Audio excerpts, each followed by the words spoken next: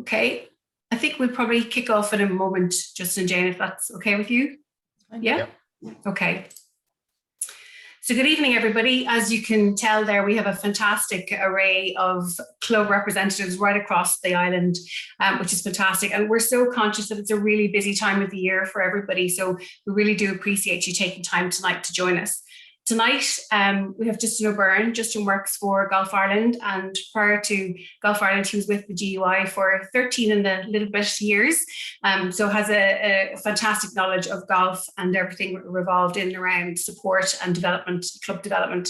He's based in the West and is the development and club support officer for Golf Ireland in that region.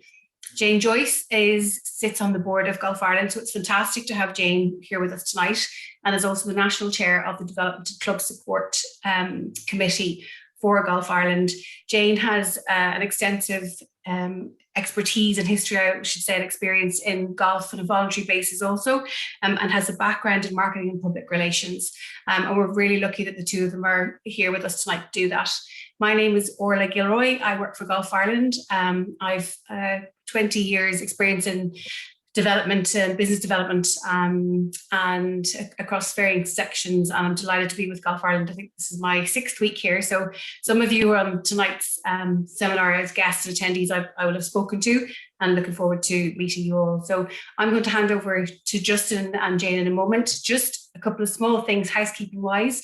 You're all on mute. We hope that's okay. And the other thing is that we're going to record this evening so that we can be shared later on this week and that we can place it up on the webinar. At the very end, towards the end, we'll do a Q&A. We'll do it through the chat box if that's okay.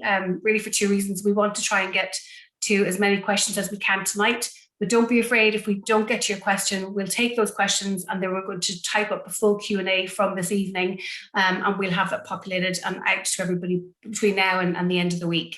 So please keep the questions coming. It's not that they won't be answered during the seminar. We just would like to keep them towards the end to get everybody the best value for their time and the time that you've come to join us. So thank you very, very much. And I'm going to hand you over to Jane. Hello, everybody, and as Órla said, you're very welcome this evening.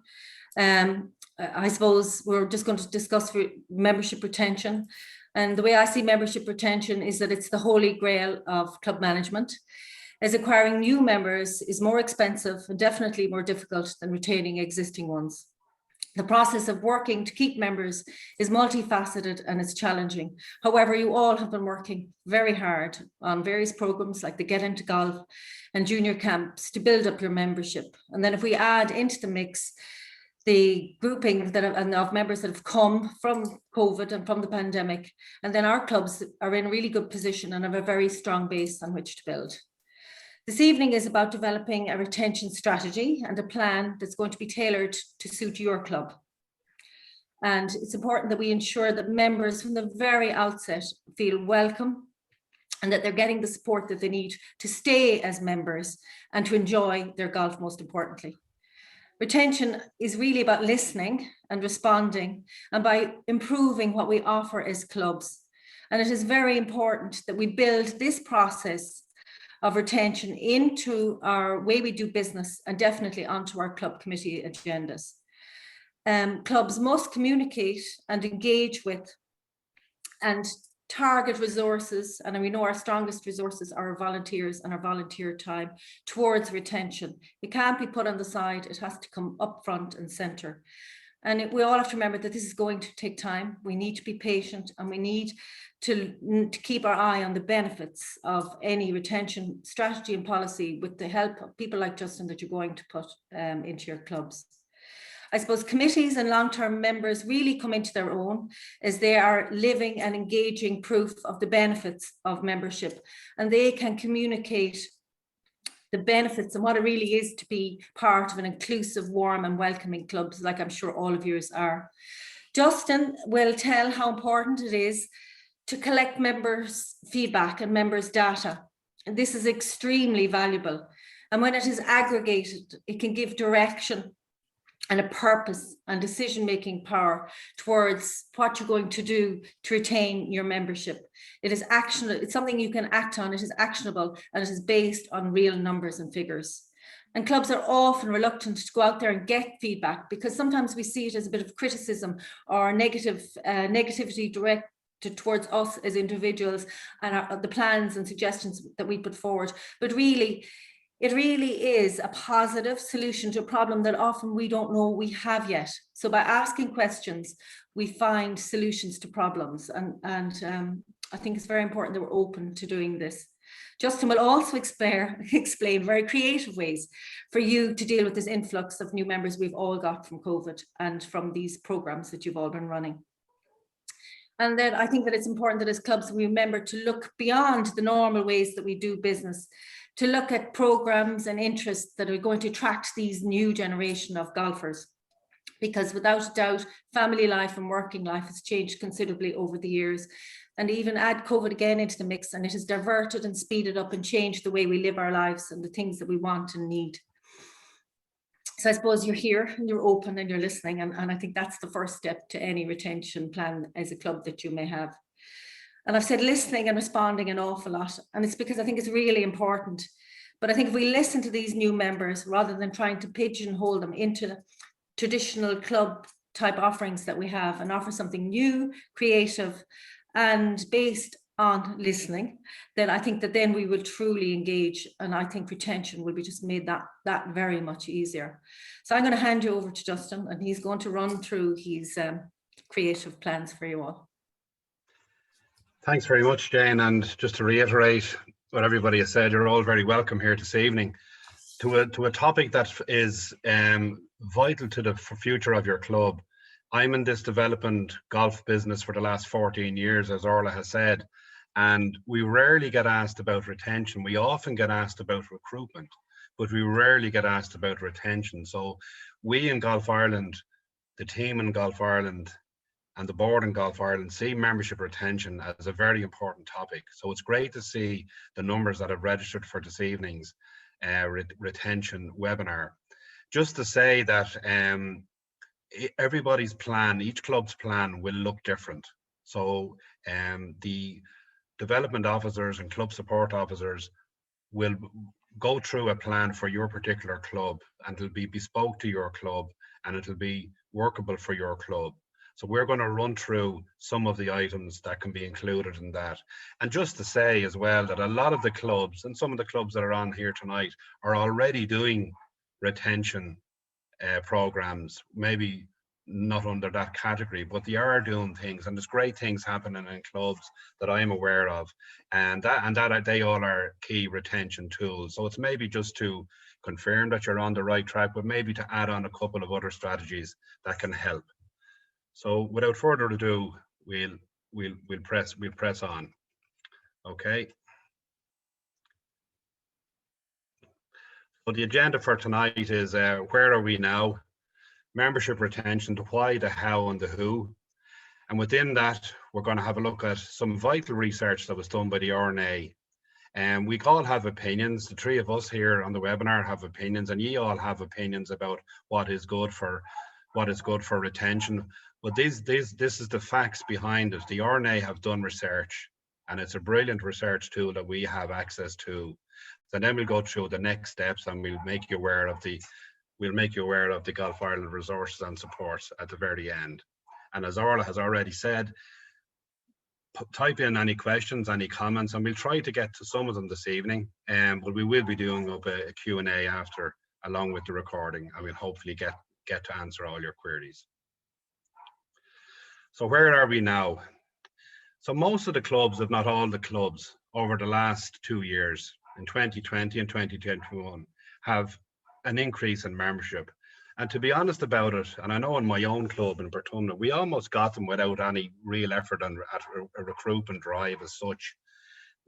Because of the hard work that was put in behind the scenes of the Golf Ireland board to get golf open before and the other sports, we sort of benefited from it in a way.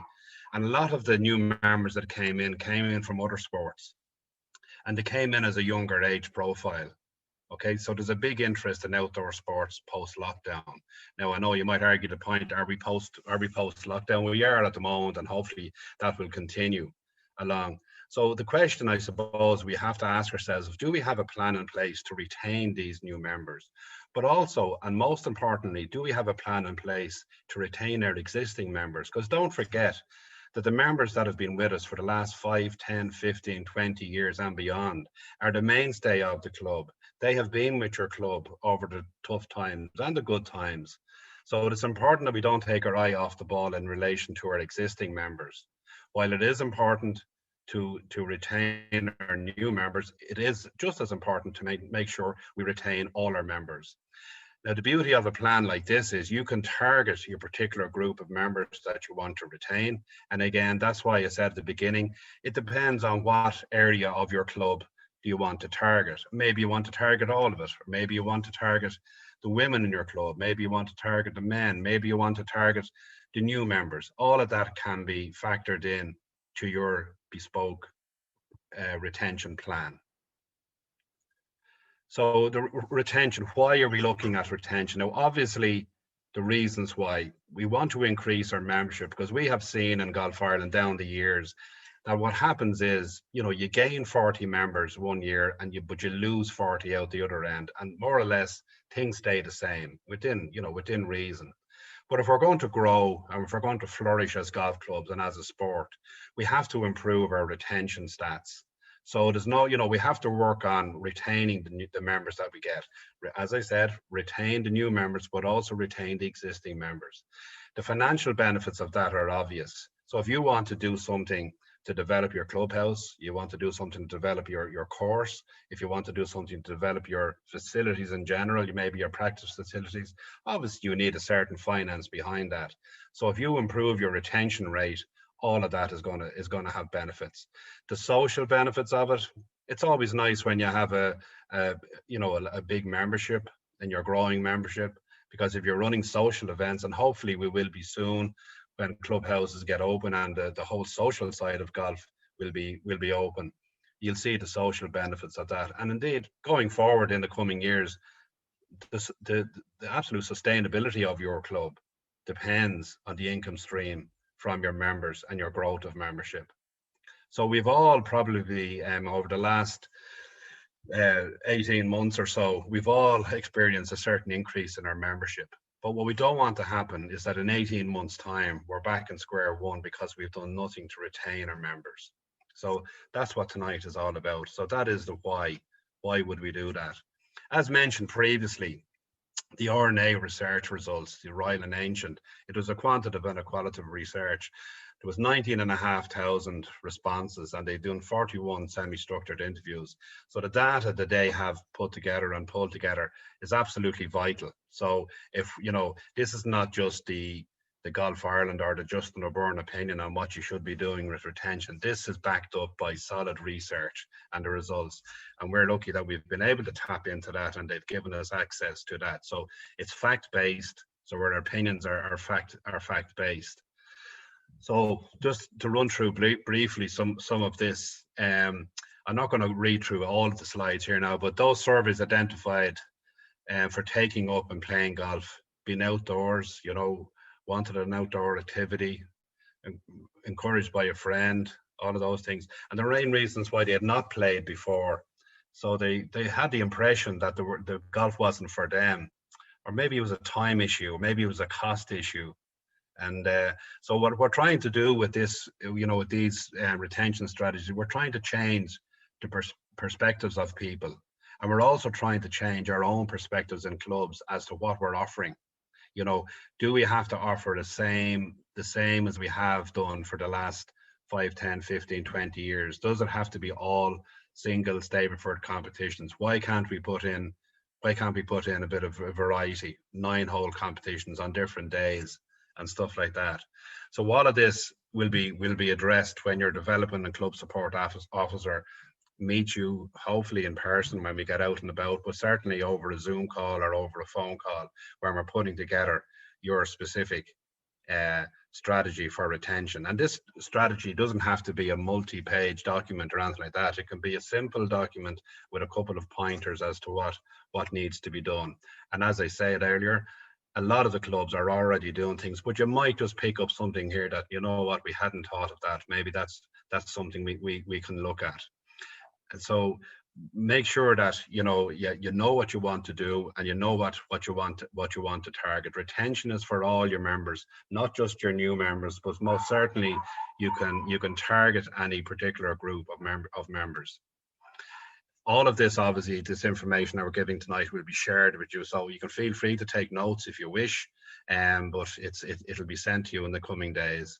So what was mentioned earlier on by Jane, the enjoyment, feeling welcome, having time to play, good customer experience. Now, the word customer there is a little bit new maybe to golf clubs, but really what we're looking at is if you're on the management committee, or if you're on a committee in your club, you're running the business of the club, you know, and the members are really your customers, you know. So it's that sort of mindset. We want to make sure we look after our customers, we look after our members. Efficient booking system, you can see that there. Feeling valued. You might say this is very, very basic. It is very basic, but at the same time, there's a lot of us not doing that, you know. Or how do we do that? You might say to yourself, oh, they are valued, but have you communicated that with the members? Okay, so the social stuff, and the club and course information, all of that. So a lot of it is down to communication. A lot of that is down to the welcome. Okay, so the how do we do this? How do we put together a retention plan? So the things that you need to be looking at are, you know, your communication, your competition, and your social. So the communication needs to be the content. You've got to be careful of the content and the regularity, and who is responsible for it. Who within your group is responsible for this communication to your members? Communication is absolutely key, as Jane has said earlier on. What are you telling your members? Are you thanking them? Are you making them aware of what's available in the club, what's coming up? And you're not just doing it on an ad hoc basis now and again when you think about it. There is a little plan in place there that on the 1st of the month, or whatever date it is, you're going to fire out this email, or you're going to do a newsletter, or you're going to send a text. It has to be done in a structured way. Competition. I personally have found that this is a key strategy with regards to holding members, with regards to retaining members. Diversity in the competition. So scrambles, 4 balls, 3 balls, strokes, Stableford, match play. Too many of our clubs are stuck in the thing where it's every week it's a single Stableford competition. We don't have enough variety. And what the RNA has shown us is that people are not necessarily tied to Sunday mornings, and people not necessarily want to be tied to Sunday mornings. They would much prefer maybe other days of the week. They'd much prefer other types of games. They would much prefer, you know, other avenues to play golf. So, and not every activity has to be very competitive. I know of one club that run a very successful Friday evening scramble. A number of clubs do it, in actual fact, and it has proved to be very, very, very, very beneficial. The numbers are increasing the whole time because they're not playing, it's for the social side of it. And I think the one thing that COVID has probably brought home to us is the importance of meeting people, the importance of, you know, interacting with people, interacting with your friends, interacting with your fellow members in your golf club. The simple things have probably been brought home to us from all of this COVID activity and the COVID pandemic. So things like that, where you can have maybe, you know, a 9-hole scramble on a Friday evening, come and play, and also we'll have a draw. One of the things that I've often noticed is if you join a club, it can be very difficult to tap into the timesheet, because in most clubs you look at the timesheet for a Sunday morning and it's full up. It's full up with all the normal 4 balls, or if you do 3 balls. And it's very difficult as a new member, be you a male or female, to tap into there, to try and get somebody to play with. So one of the initiatives that I came across in a club that I did with was they blanked off a couple of slots, and one of the members, one of the membership committee, subcommittee members was there to welcome anybody coming along that was coming on their own, that didn't really know anybody. They were relatively new, hadn't got set 4 balls, so therefore they were sort of a shot in the dark if they put their name down.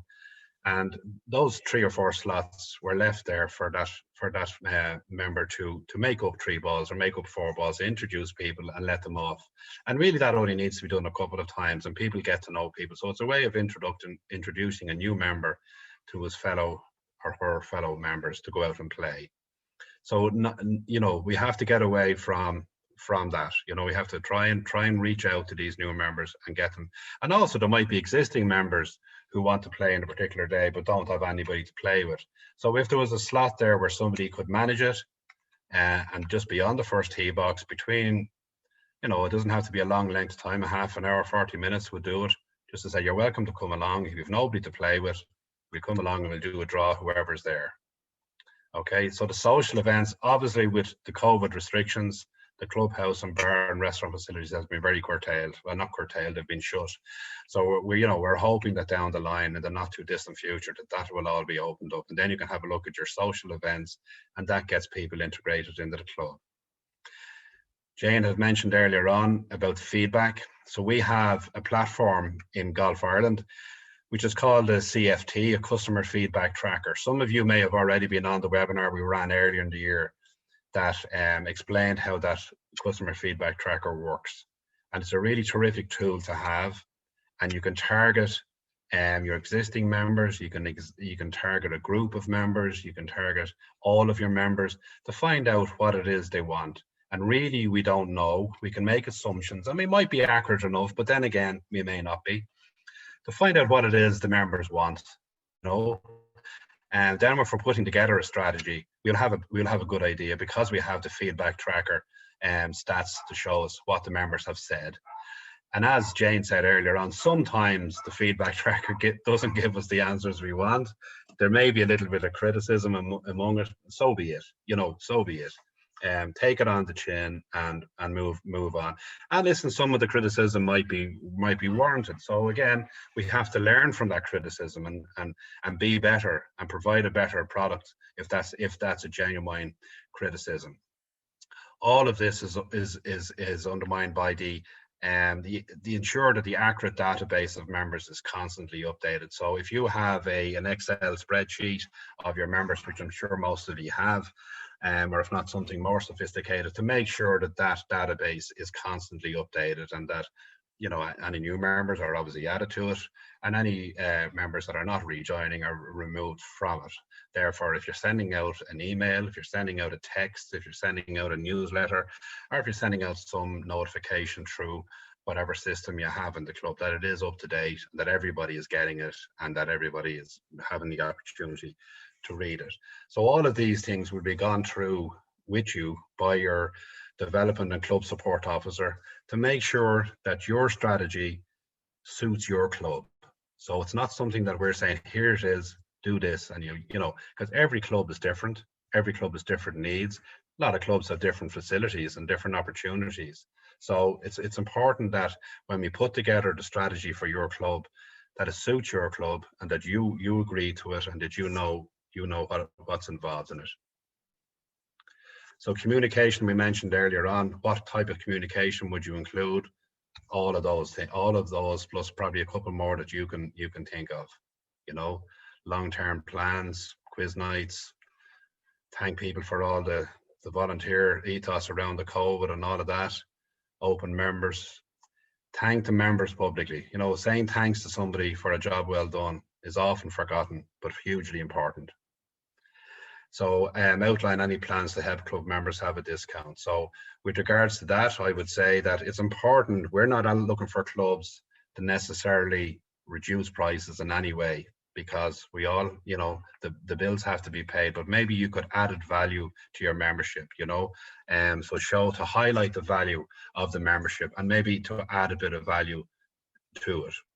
So how do they pay? We need to have a look at how members pay. Do they pay monthly?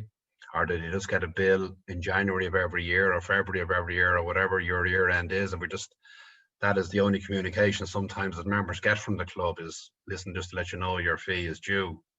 So I've noticed a lot of clubs that have got a lot of new members and a lot of young members are going down the monthly route because that cohort of women and men are used to paying on a monthly basis for almost everything in their lives at the moment, you know. So to pay the golf club on a monthly is certainly something that they're very keen on doing. So added value rather than discounting price, becoming more prominent in the community. Sometimes the golf club is seen as a little bit of a unique place that, you know, it doesn't really get involved. So have a look at the businesses in your community, have a look at the other sporting organizations in your community. Is there something that you can do to link up with them and to spread out the good news within your club? Reciprocal arrangements there, you see that with other clubs. So maybe that's something, you know, if you have a club down the road, maybe if, you know, that's added value to the membership. And encourage members to bring non-members to the club, encourage secondary spend and open marketing opportunities as well.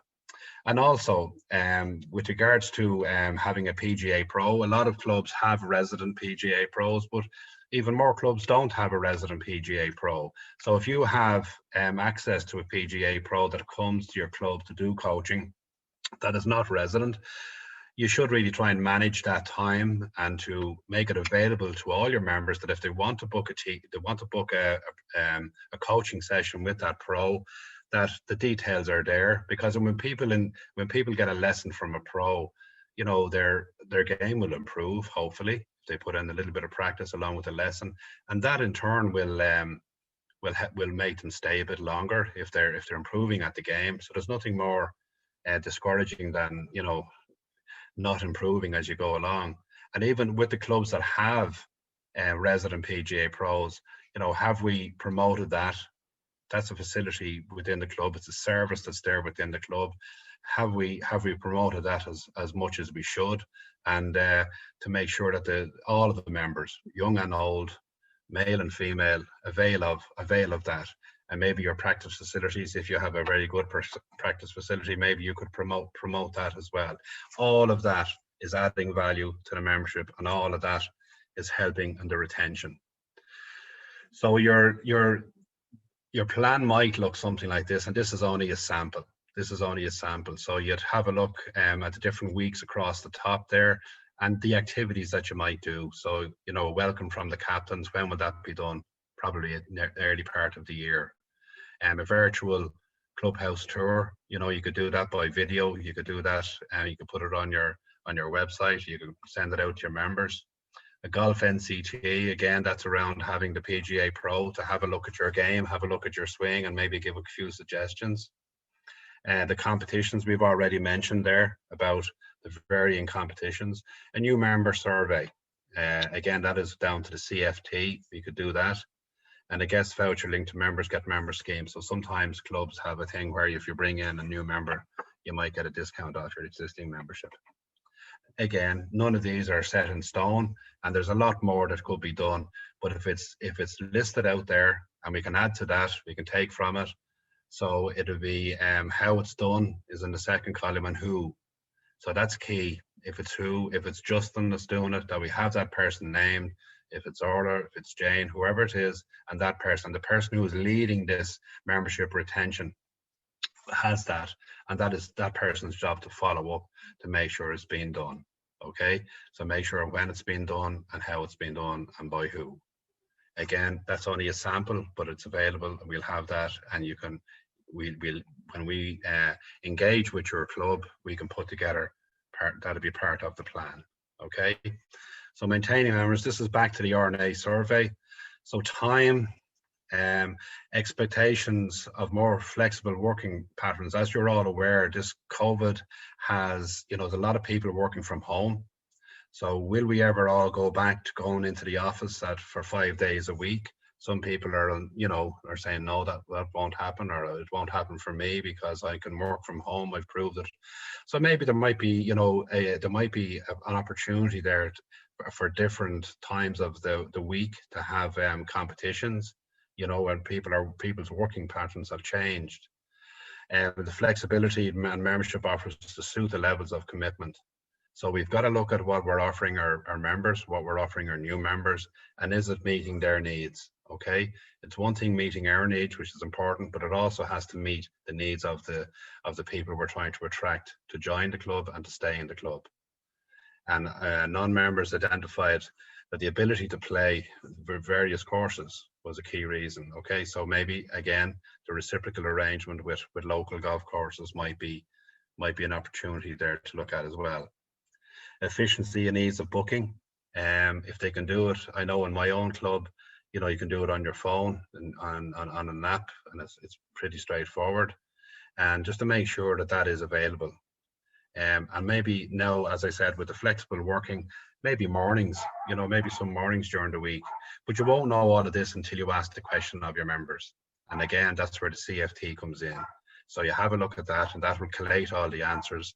And based on that, then you can proceed to put your you know, put your plan in place. And if there's things that need to be changed, well then do so.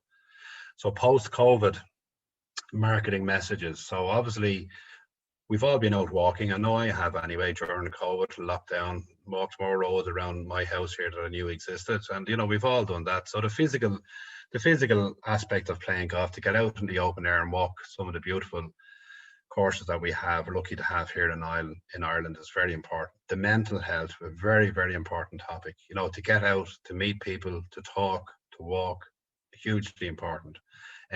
We got to, you know, there's a lot of loneliness and isolation in place, while all the time being aware of the social distancing for as long as this lasts, you know. So all of those things are very important. I won't read them all out there, but you'll be getting them in the slides. So how do we know our members are happy? So this is just a little bit about this online survey platform, the Customer Feedback Tracker, CFT. It's available through your Development and Club Support Officer. So we'll be giving you the names of everybody at the end of this. So it's essential feedback. It understands what's important to your members, gauges levels of satisfaction, and prioritize actions to address any issues, and it benchmarks locally and nationally. So you can compare your results to a club of a similar size in your county, let's say, or in your area, just to know that you're on the right track. And you can also do it nationally as well. There's a new member survey. There's also a visitor survey. If you wanted to do a survey of all the visitors that come, be it through green fees or be it through society golf, you could do it that way. And there's also obviously a members satisfaction survey that will be for all your members. So your local development and club support officer will be able to show you how that works. It's relatively easy. It's like everything, it's easy when you know how, but it's relatively easy and can be launched fairly easily. Once again, to go back, once you have an up-to-date membership database, it's all done by email. And the beauty of the Customer Feedback Tracker is it collates everything for you and presents it to you in a form, a very readable form, in bar charts and pie charts and stuff like that. So you don't have to take 50 or 100 replies and try and sort out what is the answer, what am I reading here. So it collates all that, and it presents it to you in a readable format. So again, whatever you want to do, and you have a choice then within that Customer Feedback Tracker to ask the questions that you want to ask. And there's a couple that are mandatory questions for the purpose of comparisons, that everybody has asked the same questions, but there's opportunities then to either ask a question or not ask the question. And indeed, there's also an opportunity to create your own question if you feel there's something there that we haven't asked. But we have gone through this Customer Feedback Tracker, and what we've done simply is we've looked at a lot of surveys that have been done over the years, and we've picked out the best, and we've populated the Customer Feedback Tracker. So it's a great resource to have. And as I say, to tap into that, all you need to do is contact your Development and Club Support Officer, and they will explain how that works and how you can use it in your own club. So the who part of this presentation is who's going to do this retention, and that is the key. You know, the key to everything that we do in Golf Ireland and have done in the past is the people in the club. You know, we have, let's say we have a Get Into Golf program for women that you probably might be aware of. We have a junior program as well, junior framework, and we also have strategy with regards to recruiting men into golf as well. But the key to all of this is you, the volunteers in the club. It won't happen without that. And the tremendous work and the tremendous time that you are all putting in to your clubs. So it's important that the time that you're putting into volunteering in your club is valuable. It is valuable, but it's productive, and that you see the results. So one of the things that we're suggesting with this retention is that you set up a membership working group. And that working group would look at obviously recruitment and retention. Okay, so what are the skill sets required? You know, you'd have to have a little bit of IT. Not everybody has to have it, but you certainly have to have somebody within the group that has a level of IT experience and maybe running programs, you know, running recruitment programs. A diversity, make sure you have a diversity both in age and gender. You know, you can't beat a bit of experience and a bit of, you know, they know the club inside out. A lot of people know the membership inside out, but also there's no harm in having a young person's point of view in there as well. And make sure you have a good gender, you know, between women and men. You could also include a new member. If your target was your new members, why not bring a new member into that working group to get his or her experience, his or her, you know, rather, you know, up to date feelings on what it was like for them. So you got to know your numbers. You know your numbers. How many have you got?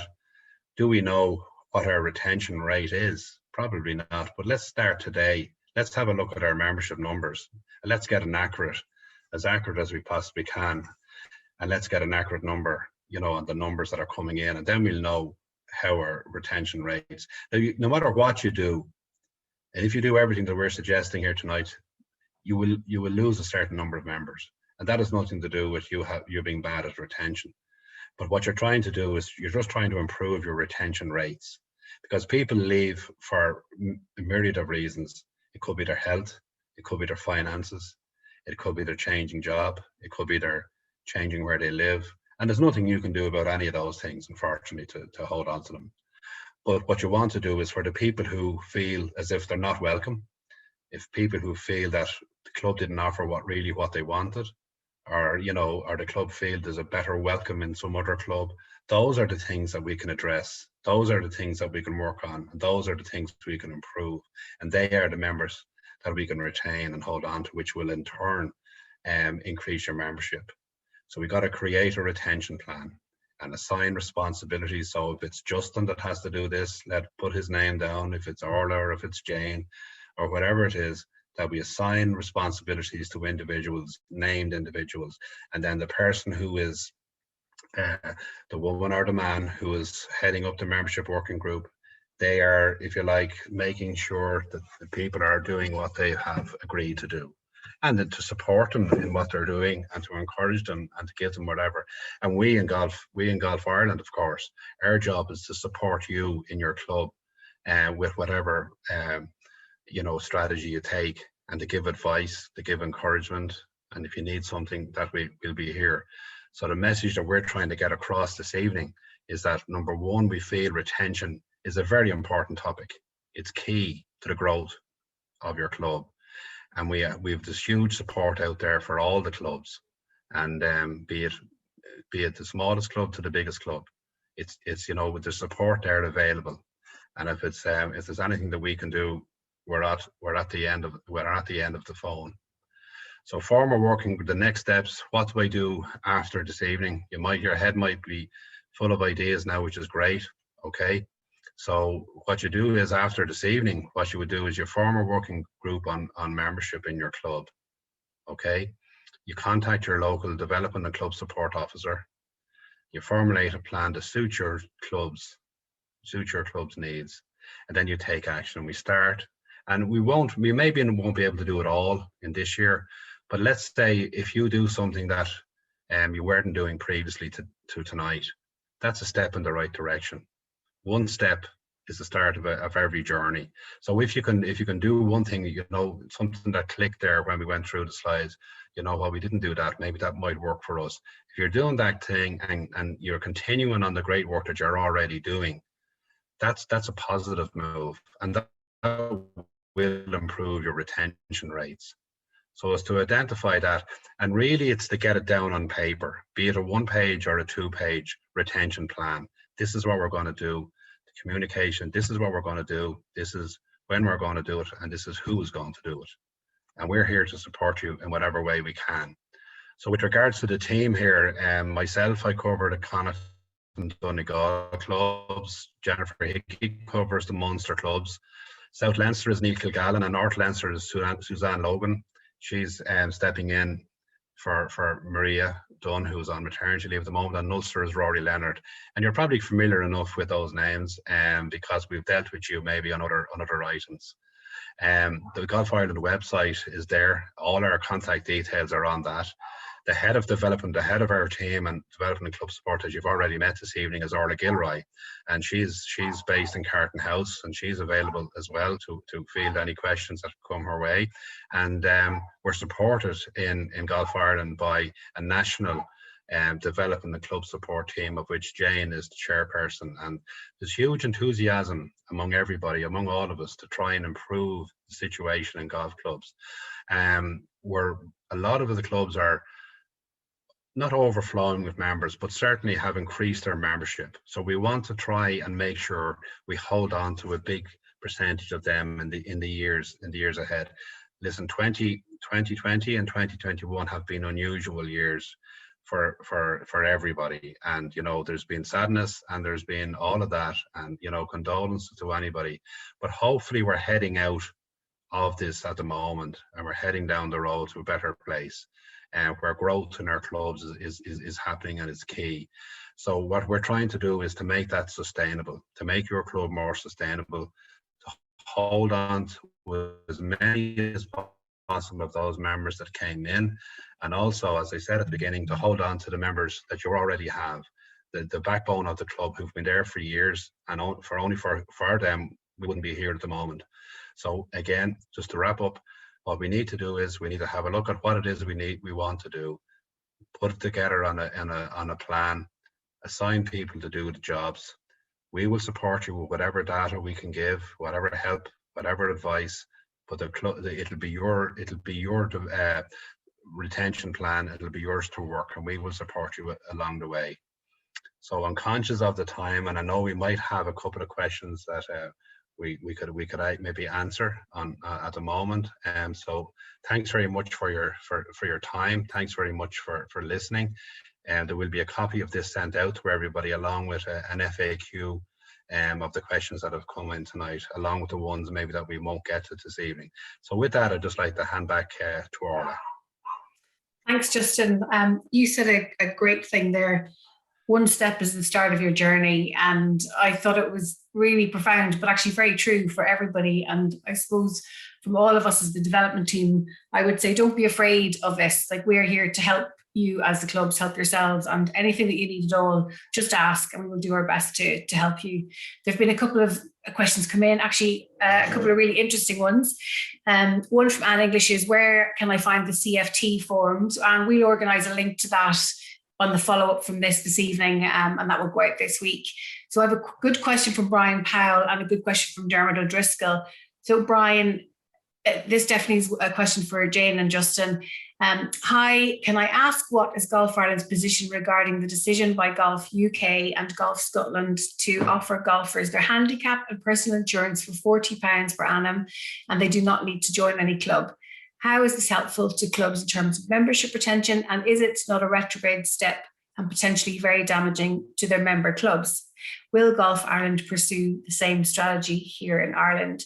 And I'll just give you Dermot O'Driscoll's question as well. We have a lot of new members and very few play competitions or have handicaps. We have to encourage and communicate how members can get a handicap, otherwise we'll risk losing them. Any ideas? Yeah. Well, just in relation to the first question, in relation to the obviously that is not conducive to increasing or indeed to retention of members, to have people who are not members of a club being able to get.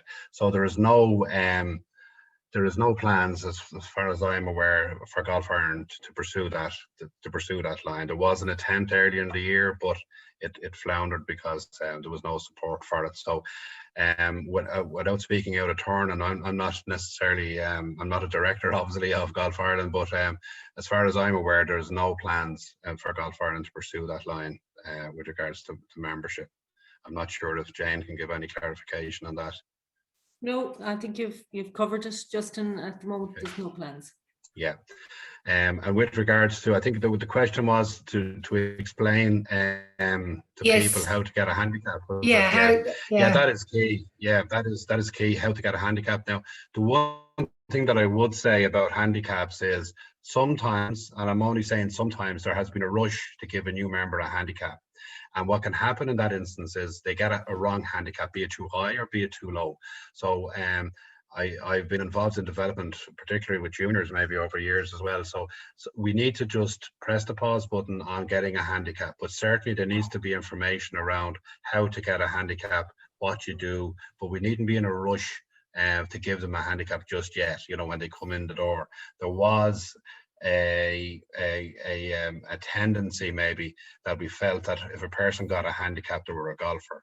But in actual fact, what happened was we gave them the wrong handicap because we gave it to them too quickly. So I would let them embed into the club a little bit. For example, in our Get Into Golf program for women, and the women don't get a handicap until the second year of the program. They get in and they play and they learn how to play the golf, and they, more importantly, they mix with the other ladies in the club, the other women in the club, and they get to know the club, they get to know the other women, they get to know what the club is all about. They maybe have some social interaction in the club, and then in the second year they work towards getting a handicap. So that is the ideal. But certainly to put together a fact sheet on how to get a handicap would certainly be part of the strategy.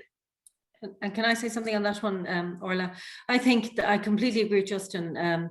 You'll always get someone that's very keen and very talented and will go and will find a way towards getting a handicap, and off they go. But you know, even the simplest thing like filling in, how to fill in a card, you know, these are all interactions, opportunities where you can, how to explain stable for points. Just communicate these basic things, have fun doing so, explain what the part of the course is, explain, you know, what a handicap actually means. I ran our Get Into Golf program in Gort, and we sat down and we gathered, which we currently can't do, but we sat down and we explained how to fill in a card, how the responsibilities of signing your name to someone's card, all these little bits on that can create bonding on a journey to a handicap. A handicap is, you know, it is part of golf. Golf is a competitive sport as well as a fun sport, but I suppose competitive golf is one element of it, an element that we all enjoy. But it's very admirable that we're trying to connect and keep members, and it's absolutely the right philosophy. And handicap is one way. It's one way to do it. I think marking cards can often prove a challenge too when people are trying to get handicaps, trying to get a member to mark the card that's required for handicap. But, you know, put it together, as Justin said, a fact sheet on how you do it, how you go about it. Make filling up cards fun, and just communicate and stay talking, whatever way you can do it. Is it Anne? You'll get there, because it sounds like you want to. Yeah, and all of that falls under the umbrella of communication. You know, communicate to our members how to do things, why they're doing them, and to signpost them as to where they can get help. You know, so filling that void where there's no communication is very important. That's brilliant. That is the questions for this evening. Don't be afraid to send any questions in later on or over the next few days, and we'll add them to the Q&A list from tonight. If you need anything at all from us, please do get in touch. We're slightly ahead of finishing before 8. Justin, thank you very, very much.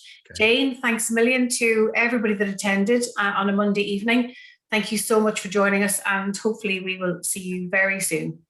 Thanks very much, everybody. Thank you. Bye now.